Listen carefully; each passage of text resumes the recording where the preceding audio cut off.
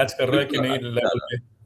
हाँ, अच्छा। दोस्तों आज हम लोगों के साथ में डॉक्टर देवेंद्र शर्मा हैं और मैं मानता हूं इस वक्त देश में जितने भी कृषि विशेषज्ञ हैं जो हमारी खेतिहर अर्थव्यवस्था की गहरी जानकारी रखते हैं और न केवल राष्ट्रीय संदर्भ में उसकी जानकारी रखते हैं बल्कि ग्लोबल संदर्भ में भी उसकी जानकारी रखते हैं, उसके सबसे बड़े विशेषज्ञों में से एक हैं डॉक्टर देवेंद्र शर्मा। और उनकी दूसरी खास बात यह है कि वो किसानों के पक्ष में खड़े होकर सोचते हैं।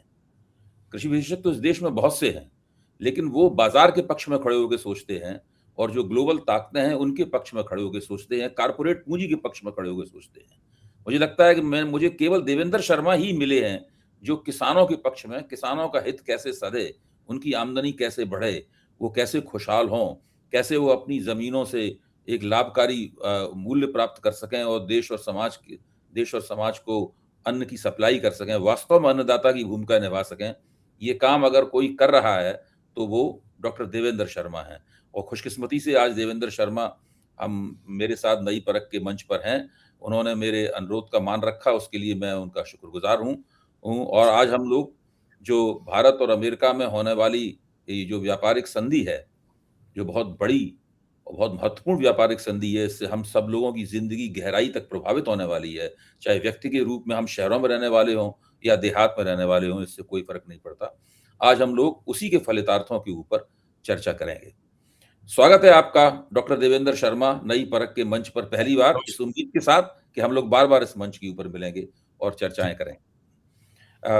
कल ही मैं एक कृषि विशेषज्ञ की टिप्पणियां सुन रहा था और अच्छे आंकड़े दे रहे थे, अच्छा विश्लेषण कर रहे थे, लेकिन अंत में उन्होंने जाकर ये कहा कि अभी हमें बहुत सा पेन होने वाला है, बहुत सी दिक्कतें सामने आने वाली हैं, कई आंदोलन होने वाले हैं, किसान आंदोलन होगा और भी बहुत कुछ होगा, लेकिन अगर हम इस तकलीफ को झेल गए तो ये जो व्यापारिक संधि है जो भारत और अमेरिका के बीच में हो रही है, आगे जाकर हम लोगों के लिए बहुत लाभकारी साबित होगी। ये उनका कथन था। जबकि मैं बिल्कुल दूसरी दृष्टि से देखता हूं। मैं चाहता हूं आप पहले इस कथन के ऊपर एक छोटी सी टिप्पणी करें। सबसे ज्यादा तो और सबसे इम्पोर्टेंट हमें जानना ये है कि ये जो डील है इसकी जरूरत क्यों है, हम ये कष्ट क्यों भोगे, मैं ये जानना चाहता हूँ। जबकि भारत का जो एक्सपोर्ट है अमेरिका को वो तकरीबन $6 बिलियन का है। उनसे जो हम आयात करते हैं वो तकरीबन $2.5 बिलियन का है।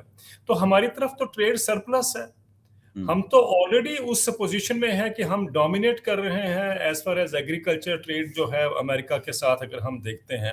तो हमें क्या जरूरत पड़ी थी, क्या दुविधा थी कि हमें ये महसूस हुआ कि भाई, जिसको कहते हैं ना, एक कहावत है, आ बैल मुझे मार। क्या जरूरत थी हमें ये उसको इनवाइट करने के लिए कि आओ भाई हमारे एग्रीकल्चर को आप रीसेट करो, क्यों? जबकि हम उनके उस एक्सपोर्ट्स जो हमारे हैं, हमारे ज्यादा एक्सपोर्ट्स हैं और ट्रेड डेफिसिट तो अमेरिका का है। तो हमें क्या कारण था, मुझे ये तो बता दीजिए। जितने भी हमारे इकोनॉमिस्ट ये बताते हैं कि साहब ये बहुत अच्छा होगा ये अगर इस कष्ट को हम सह गए, पर ये कष्ट की जरूरत ही क्या थी हमें इनवाइट करने के लिए, मैं ये जानना चाहता हूँ। और इसका मतलब साफ है कि कोई कारण नहीं था बैठे बैठाए हमारे पर जो एक मार पड़ रही है या पड़ेगी आने वाले दिनों में, उसको हमने ही खुद इनवाइट किया है, कोई जरूरत नहीं थी ये। अगर ट्रंप साहब का प्रेशर भी था, जो भी था, तो as a country I think we should have the courage to stand up to that. नहीं, आप बिल्कुल ठीक कह रहे हैं। असल में इसके पीछे और भी बहुत से तर्क दिए जाते हैं। उनका मानना है कि अगर अमेरिका से हमारे वाणिज्य संबंध ठीक होंगे, अमेरिका के हम अगर दाईं तरफ बैठे होंगे, बाईं तरफ नहीं होंगे, राइट साइड में होंगे, लेफ्ट साइड में नहीं होंगे, तो उससे आमतौर पर हमारे पक्ष में माहौल बनता है।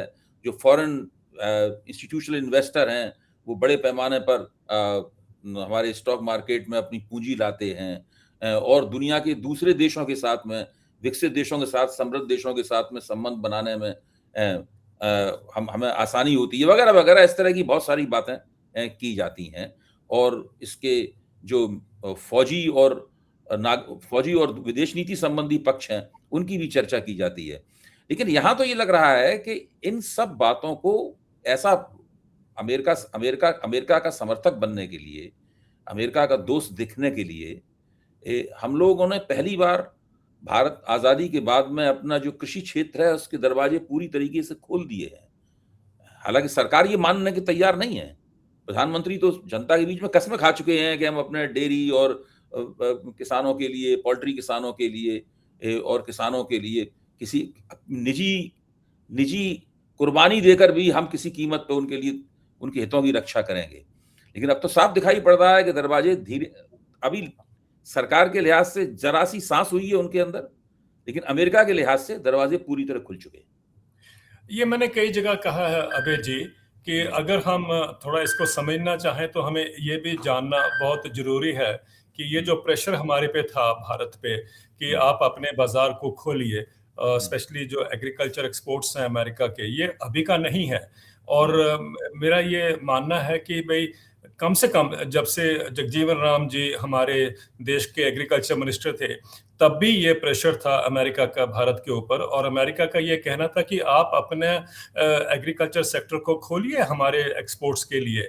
और मुझे बहुत प्राइड फील होता है कि जगजीवन राम जी ने उस समय जब वो एग्रीकल्चर मिनिस्टर थे तब भी उन्होंने इसको नकार दिया था और कहा था कि hell to you and to your exports, we will never import food from America, ये उन्होंने उस समय कहा था। पर ये तो पुरानी बात हो गई है, लेकिन उसके बाद जितने भी दशक हमने देखे हैं, सक्सेसिव गवर्नमेंट्स ने इस प्रेशर को बहुत जबरदस्त तरीके से रेजिस्ट किया है। और डब्ल्यूटीओ में भी, वर्ल्ड ट्रेड ऑर्गेनाइजेशन में भी अमेरिका का यही दबाव है, और अभी तक ये दबाव चल रहा है या चल रहा था डब्ल्यूटीओ के माध्यम में कि भाई आप अपने एग्रीकल्चर को खोलिए। और उसमें कई कई तरीके होते हैं, विरोधाभास तो हमारे हिसाब से होता था, लेकिन कई उन्होंने प्रेशर टैक्टिक्स डाले हैं। उसमें एक सबसे इम्पॉर्टेंट जो अभी हम सह ही रहे थे या फेस कर रहे थे, वो ये था कि जो पब्लिक स्टॉक होल्डिंग होती है, यानी जो हम अनाज प्रोक्योर करते हैं भारत में गरीबों को बांटने के लिए, उसके ऊपर सवाल खड़े किए उन्होंने। और ये भी मुझे याद है कि बहुत साल पहले की ये बात है, कुछ 10-15 साल हो गए होंगे, जब रॉबर्ट ज़िलिक साहब यूएस ट्रेड रिप्रेजेंटेटिव थे और उसके बाद वो वर्ल्ड बैंक के चीफ बने। और उनके भी टाइम पर अमेरिका में जितने ये एग्रीकल्चर के एक्सपोर्ट ऑर्गेनाइजेशंस हैं, 14-15 एक्सपोर्ट ऑर्गेनाइजेशन उस समय थे, जिनमें से कोई पिग का एक्सपोर्ट का है, कोई चिकन का एक्सपोर्ट का है, कोई दूध का है, या इस तरीके से। और सबने चिट्ठियां लिखी थी यूएस ट्रेड रिप्रेजेंटेटिव को कि इंडिया की एमएसपी को आप कैप कर दीजिए, ताकि जो किसान है भारत के, उनकी इनकम ना बढ़ सके, क्योंकि अगर उनकी इनकम बढ़ती रही तो हम एक्सपोर्ट नहीं कर पाएंगे भारत में। और उनका ये कहना था कि साहब ये जो पब्लिक स्टॉक होल्डिंग है या जो ये अनाज प्रोक्योर करके रखते हैं, वो तो हम भी इनको दे सकते हैं, तो फूड सिक्योरिटी को हम भी एड्रेस कर सकते हैं। बस यही होना चाहिए कि भाई आप ये एश्योर करिए कि भारत के किसानों का मिनिमम सपोर्ट प्राइस ना बढ़े। और आप जानते ही हैं कि जो डब्ल्यूटीओ के प्रावधान है, जिसमें 10% जो वैल्यू ऑफ प्रोडक्ट जो है उसका 10% को ही हम एमएसपी दे सकते हैं, उसका जो भी वो रेशियो है उसको हमने वॉयलेट किया है।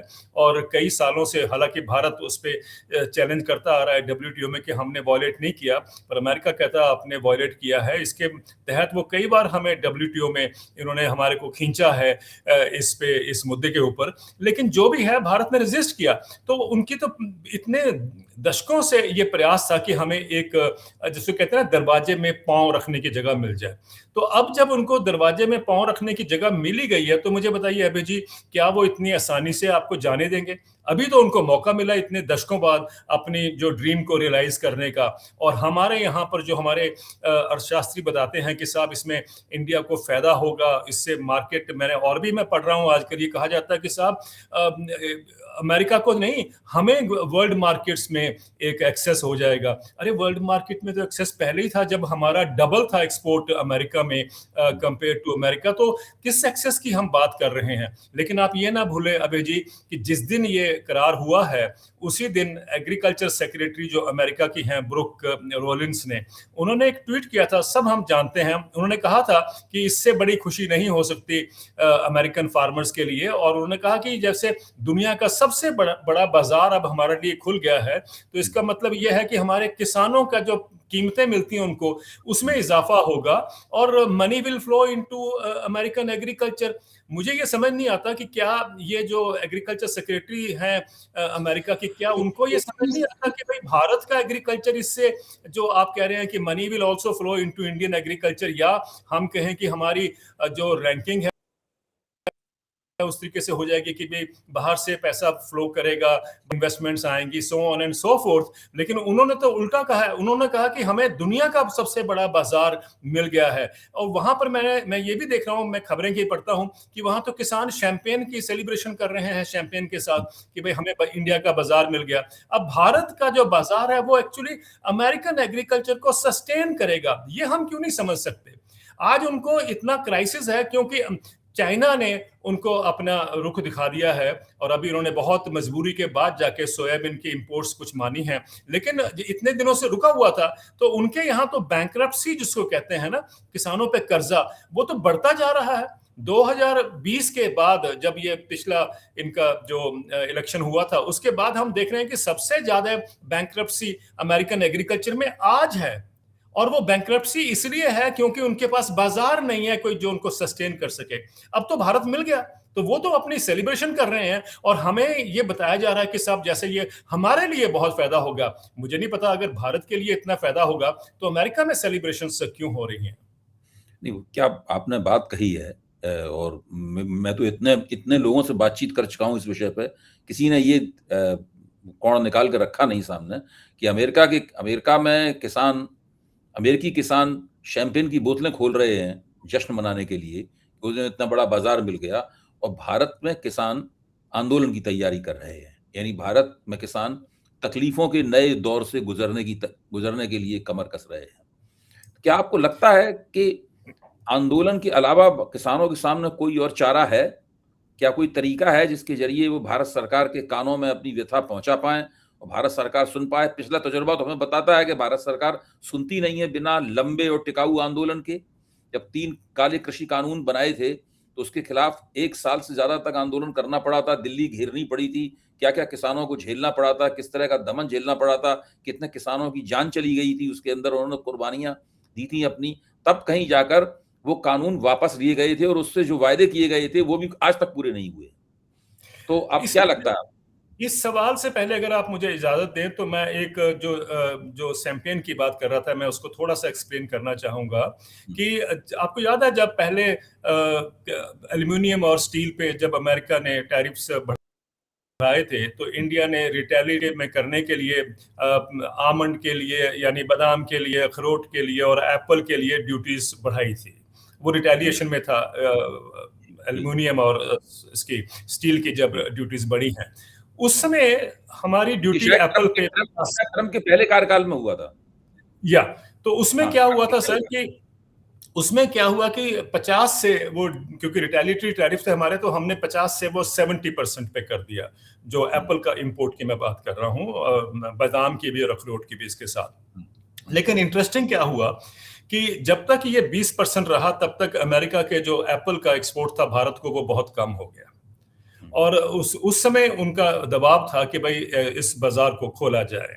तो खोला कैसे जाए? जैसे ही वो इंडिया ने वापिस लिए रिटेलिएटरी टैरिफ्स, मतलब उन्होंने 70 से उसको 50 कर दिया, तो आपको हैरानगी होगी कि सिएटल जो कि एक पोर्ट सिटी है अमेरिका में, वहां पर एक सेलिब्रेशन हुआ था शैंपेन वाला जिसमें भारत के भी एक ट्रेड रिप्रेजेंटेटिव उसमें शामिल थे। और ये अखबारों में खबरें छपी हैं कि उन्होंने इस बात का जश्न मनाया कि भारत ने 20% ड्यूटी अब कम कर ली है ताकि एप्पल और आ सके भारत में। एक बात। दूसरी बात यह है कि अब हम देखें, अब तो हमारी ड्यूटी जो है 50% से हम कम कर ली, हमने 25% पे ले आए हैं।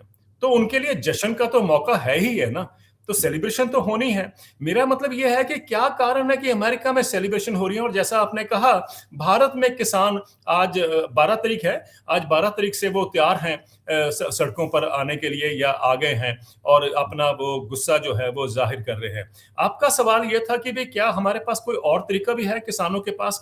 अब देखिए, ये सवाल मुझे अक्सर पूछा जाता है अभय जी, जब वो कहते हैं ना कि भाई क्या कारण है कि किसान हर दूसरे दिन सड़कों को ब्लॉक करता है, क्या कारण है कि कभी ट्रेन का रास्ता ब्लॉक किया हुआ है, कभी कहीं किसी को घेर के बैठे हुए हैं, किसी के बंगले को, ये क्या कारण है? मैंने कहा देखिए, किसान को जो कोई भी चीज होती है उसको जरूरत है या उसका हक बनता है, तो उसको जब तक वो प्रोटेस्ट नहीं करता उसको वो नहीं मिलता या उसकी अटेंशन भी ड्रॉ नहीं होती है।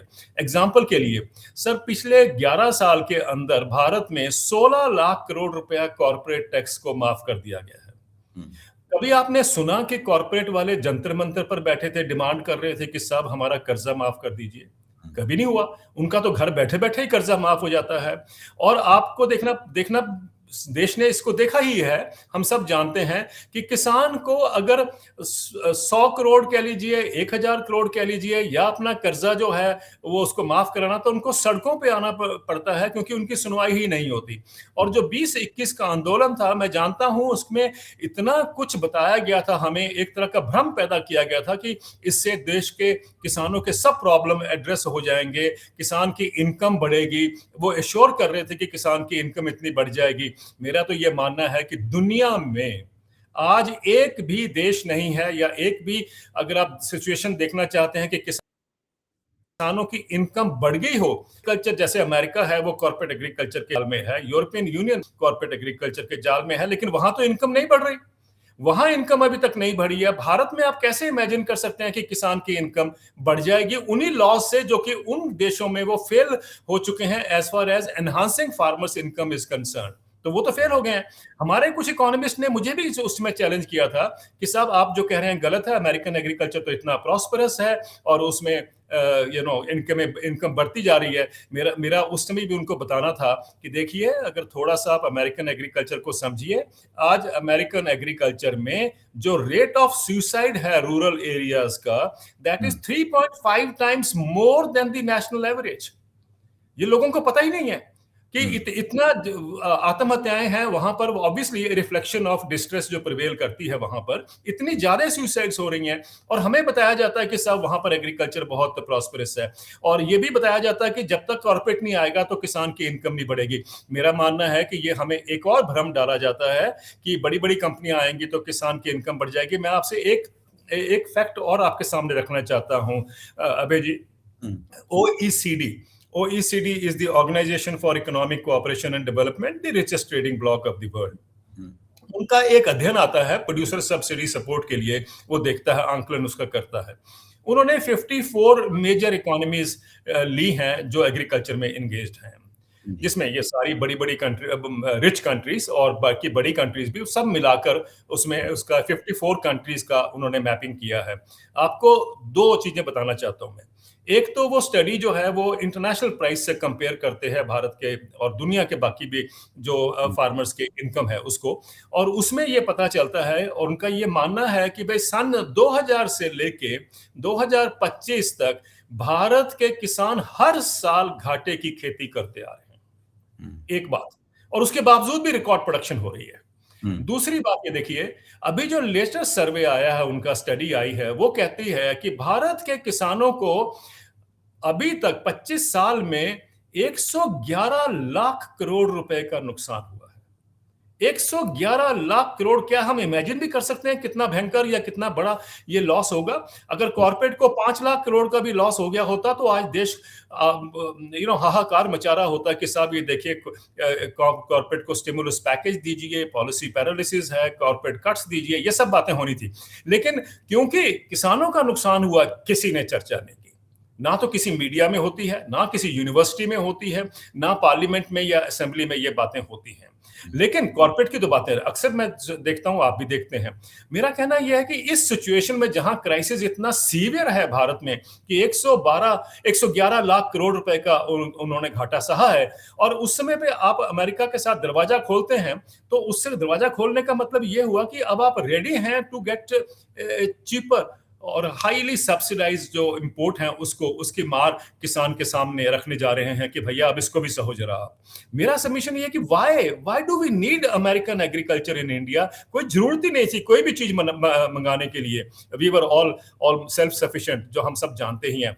ये होता ही है, जिस कंट्री के पास कोई शॉर्टफॉल है वो इंपोर्ट कर लेता है, जिसके पास सरप्लस है वो एक्सपोर्ट करता है। ये तो दुनिया में होता ही आया है। लेकिन ये एक डील करना, और वो भी ऐसे समय में जबकि हम जानते हैं कि Indian agriculture is passing through a terrible crisis और इतना डिस्ट्रेस में है, ये करना मुझे लगता है कि ये किसी ने तो आंखें मूंद के ही किया हुआ, आंखें मूंद के किया हुआ है। ये काम आंखें मूंद के तो नहीं हो सकता जो आप कह रहे हैं। ये काम तो हुआ है, ये बात सही है, लेकिन काम आंखें मूंद के नहीं हो सकता। ये तो एक तरह का छल है। पहले तो लगातार प्रचार किया गया है सारे देश में। हमारे जो कृषि मंत्री हैं शिवराज सिंह चौहान, और हमारे प्रधानमंत्री नरेंद्र मोदी और वाणिज्य मंत्री पीयूष गोयल, ये तीनों घूम-घूम कर देश भर में भाषण देते रहे हैं। खुद मैंने भी इनके भाषण सुने हैं, इनके भाषणों के बारे में अखबारों में पढ़ा है कि हम अपनी कुर्बानी दे देंगे, हम बड़ी से बड़ी कीमत चुकाने को तैयार हैं, लेकिन हम अपने देश के किसानों, मछुआरों, मुर्गी पालकों, इन सब के हितों की बलि नहीं चढ़ाएँगे, इनके हितों की सुरक्षा करेंगे। और ये कहते-कहते पीठ पीछे ये लोग अमेरिका के साथ में ये डील भी करते रहे। और ये बिल्कुल ठीक कहा। और साथ में ये समझौता भी मेरे ख्याल से अमेरिका में अलिखित रूप से हो गया है कि अमेरिका ऐसी कोई बात नहीं कहेगा, ऐसा कोई कदम नहीं उठाएगा जिससे इनको यहाँ राजनीतिक नुकसान हो। इसीलिए व्हाइट हाउस ने जो पहली फैक्ट शीट जारी की, इसमें दालों का जिक्र था, इसके अंदर कमिटमेंट वगैरह का जिक्र था, तो यहाँ पे थोड़ा बहुत तनाव हंगामा देखा उन्होंने, तो फौरन उन्होंने कहा होगा। अब अगले दिन दूसरी फैक्ट शीट जारी हुई, इसमें दालें हटा दी गई और जो कमिटमेंट था उसके लिए इंटेंशन या इंटेंट्स ये सब डाल दिया गया। तो अमेरिकी भी इनको सहयोग कर रहे हैं ताकि ये यहाँ पर जो क्राइसिस है, इस डील के कारण जो एक पॉलिटिकल क्राइसिस पैदा हो सकती है, उसको ये मैनेज कर सकें, उसका ये प्रबंधन कर सकें। बहुत से लोग ये मानते हैं कि ये टेस्टिंग ग्राउंड है, यानी वो देखना चाहते हैं कि भाई जो अगर हमने जो जॉइंट कम्युनिके में जो एग्रीकल्चर इंपोर्ट्स की बात की गई थी, उस पे कैसा रिएक्शन आता है, एक बात। फिर उन्होंने सडनली जो आपने कहा कुछ पल्सेस का जिक्र किया कि ये भी हम एक्सपोर्ट कर सकते हैं, तो उसके ऊपर जो रिएक्शन हुआ, हमने देखा कि एक ही दिन में अगर आप अखबारें उठाएं उस दिन की, सब अखबारें भरी हुई थी देश में कि इससे क्या नुकसान होगा, क्या इसका पूरा इम्पैक्ट होगा, ब्ला ब्ला ब्ला, ये सब कुछ था। तो मुझे लगा उनको मैसेज मिल गया एंड इमीडिएटली, जैसा आपने कहा है कि कहीं ना कहीं ऐसा सोचा जाता है कि भाई उन्होंने एक ही दिन में उसको विड्रॉ कर लिया। इसीलिए सवाल उठता है कि आगे उसमें वीट भी ऐड करेंगे, डेयरी भी ऐड करेंगे, वो कैसे हम मान ले कि वो नहीं ऐड करेंगे? इसका मतलब साफ है कि ये तो उनके पास स्कोप था, उनके पास ये वो अंदर छोड़ा हुआ है, उन्होंने उसमें लिखा हुआ है। बिल्कुल हाँ, छोड़ा बिल्कुल हुआ है। हाँ, छोड़ा हुआ है। अभी हाँ, वो कहते हैं ना, जैसे वो कहते हैं ना, एक गोविंदा फिल्म स्टार गोविंदा ने एक एडवर्टाइजमेंट की थी और उसमें कहा था जोर का झटका धीरे से। बिल्कुल। So I think that is the objective कि जोर जोर का का झटका झटका धीरे से ही लगाया जा रहा है, सही बात है, धीरे सही से बात है। लगाया जा रहा है सर। और देखिए ये एक बहुत बड़ा, मेरे ख्याल से तो आजादी के बाद भारत के किसानों, जो 60% हैं भारत की आबादी के, भारत के किसानों के साथ किया जाने वाला सबसे बड़ा छल है। एक तरफ आप कस्में खाते रहे, शपथ उठाते रहे, प्रण करते रहे कि हम आपको नुकसान नहीं होने देंगे, और दूसरी तरफ आप पीठ पीछे ये सब करते रहे। तो पिछला किसान आंदोलन जो हुआ था, वो किसान आंदोलन था तो राष्ट्र अपने किरदार में राष्ट्रीय था, लेकिन मोटे तौर पर उसमें भागीदारी पश्चिमी उत्तर प्रदेश, हरियाणा, कुछ राजस्थान के किसान और तराई के पश्चिमी उत्तर प्रदेश में तराई किसान, इनकी ज्यादा भागीदारी दिखाई पड़ रही थी। पंजाब के किसानों की ज्यादा भागीदारी दिखाई पड़ रही थी। लेकिन इसके खिलाफ जब आंदोलन होगा, मुझे तो लगता है कि वो तो कश्मीर से कन्याकुमारी तक वो आंदोलन होगा। इसमें तो किसानों की कोई भी किस्म जो है ना, इस समझौते के प्रभाव से अछूती नहीं रहेगी। ये आपने ठीक कहा। जो अभी हम देख रहे हैं जिस तरीके का रोष किसान प्रकट कर रहे हैं देश के अलग अलग कोने से, और आई थिंक उससे एक साफ पता चलता है कि भाई उनको अभी समझ आ रहा है आस्ते आस्ते कि भाई इसका क्या हमारे पे हथौड़ा जो है कैसे हमारे सिर पे पड़ेगा।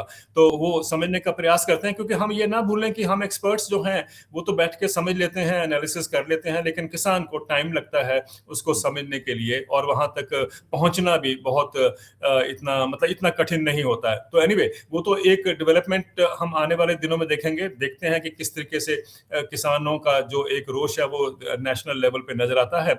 लेकिन पहले भी अगर आपको याद होगा अभय जी, तो ये जब 2020-21 का आंदोलन चल रहा था तो लोगों ने बहुतों ने सवाल पूछा, स्पेशली गोदी मीडिया से, कि क्या कारण है कि आंदोलन नॉर्थ में ही कंसंट्रेटेड है, यानी पंजाब, हरियाणा और वेस्टर्न यूपी और थोड़ा सा राजस्थान में, ये क्यों सारे देश में नहीं है। मुझे याद है कि जब डाटा हम देखते हैं इसका आजादी का, तो अगर आजादी में जितने लोगों को फांसी चढ़ी थी, तो अगर आप देखें उसमें से 70-80% लोग तो पंजाब के थे, यानी पंजाब और हरियाणा उसमें एक होते थे उसके थे। तो ये कहना गलत है कि वो सिर्फ आजादी के लिए यही लोग लड़ रहे थे, वो भी देश के लिए आजादी की लड़ाई लड़ रहे थे। ये हमें सबको जानना जरूरी है। तो अगर भारत के नॉर्थ वेस्टर्न रीजन के किसानों ने उस समय प्रोटेस्ट किया जिससे कि सरकार को 1 साल के बाद वो कानून वापस खींचने पड़े, तो इसका मतलब ये नहीं है कि वो सिर्फ पंजाब हरियाणा के ही किसानों को दिक्कत हो रही थी या वो देख रहे थे कि इसका नुकसान क्या होगा। वो सारे देश के किसानों के लिए, क्योंकि आफ्टर ऑल हम नज़दीक हैं, ज्योग्राफिकली हम दिल्ली के नज़दीक हैं, तो यहीं के लोग आ सकेंगे ना। अगर आप ट्रेन भर के बैंगलोर से लाते हैं या चेन्नई से लाते हैं, तो it is not economically viable and sustainable. So ये हमें समझना है, और ये मुझे लगता है कि ये दावा करना कि साहब ये सिर्फ नॉर्थ के किसान हैं जो पैम्पर्ड हैं, और जो जैसे कहते हैं ना कि जिनके जिसके ट्रैक्टर पर 2-2 लाख का म्यूजिक सिस्टम चल रहा है, वही है, वो जो चाहते हैं कि सिस्टम ना ये डिस्टर्ब हो, लेकिन ऐसा नहीं था। आफ्टर ऑल जो कानून वापिस हुए हैं, वो मुझे लगता है, और मैंने उसमें भी कहा था कि ये कानून दुनिया में ये कहीं पर सक्सीड नहीं किए हैं। कहीं पर किसानों की इनकम इनसे नहीं बढ़ी, और मैंने डाटा भी दिया था कि अमेरिका में क्या हुआ, कनाडा में क्या हुआ, यूरोपियन यूनियन में क्या हुआ, अलग अलग देशों में।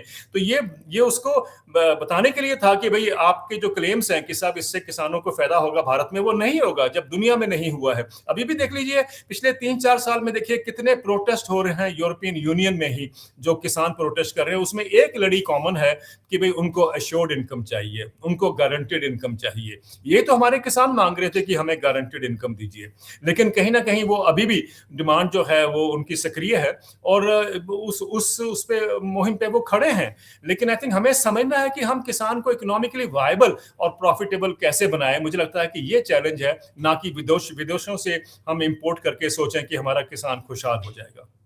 अच्छा, आपसे बातचीत करते हुए भी तुरंत दिमाग में एक बात आई है।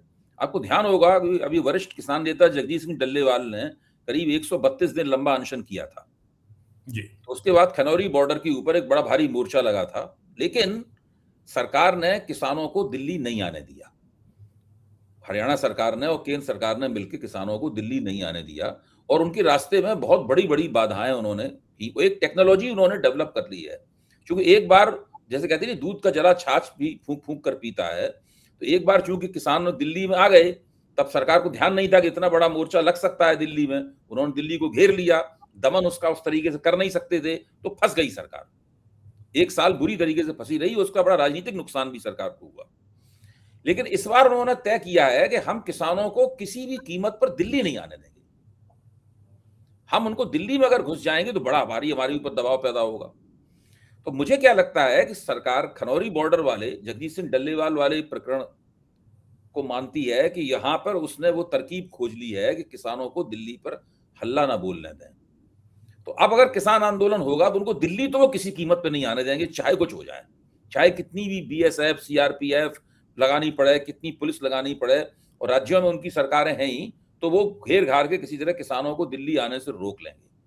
तो मुझे लगता है कि इस बार किसान दिल्ली में तो ज्यादा बड़ा आंदोलन नहीं कर पाएंगे, उनको कदम नहीं रखें। ज्यादातर उनका आंदोलन होगा वो दिल्ली से बाहर होगा, अपने राज्यों की राजधानियों में होगा, क्षेत्रों में ज्यादा आंदोलन होगा उनका।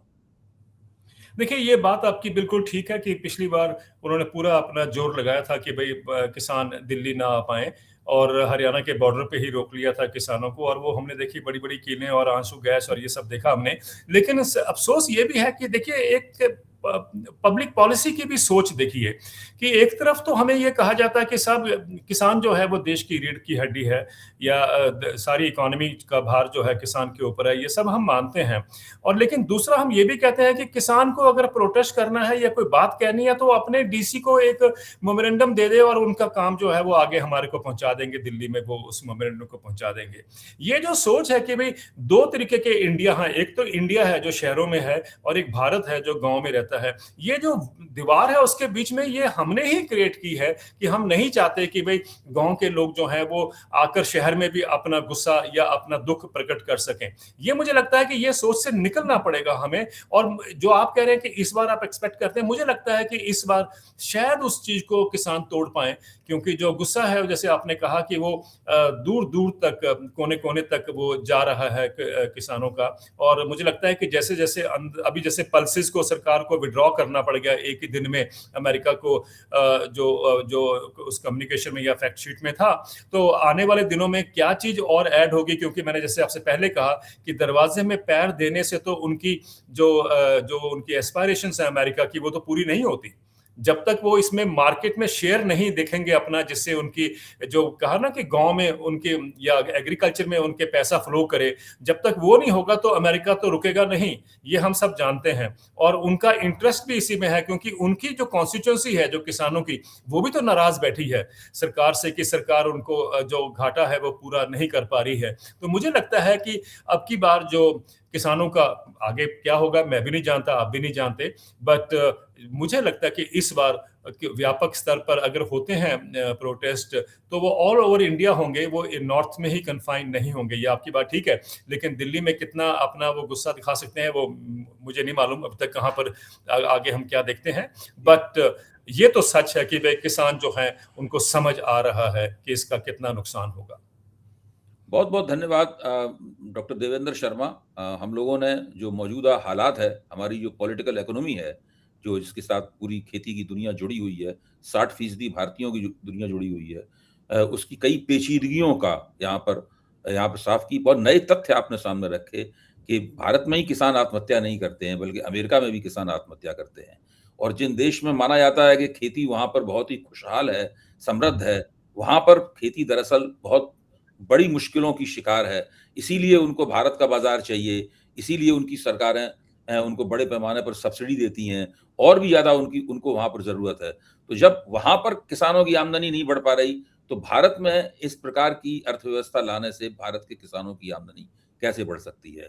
ये बिल्कुल मेरे लिए भी बिल्कुल नई बात थी। बहुत-बहुत धन्यवाद डॉक्टर देवेंद्र शर्मा। और मैं आपसे अपेक्षा करूँगा, अनुरोध करूँगा कि अभी फ़िलहाल जब तक ये संकट चल रहा है, और उसके बाद भी जब हम लोग अनुरोध करें, तो आप नई परख के दर्शकों को वो अपने विश्लेषण से प्रकाशित करने के लिए अवश्य आएँ। बहुत-बहुत धन्यवाद एक बार। बिल्कुल, मेरा सौभाग्य है। इट्स जी, pleasure talking to you always. जी, थैंक यू धन्यवाद। सर।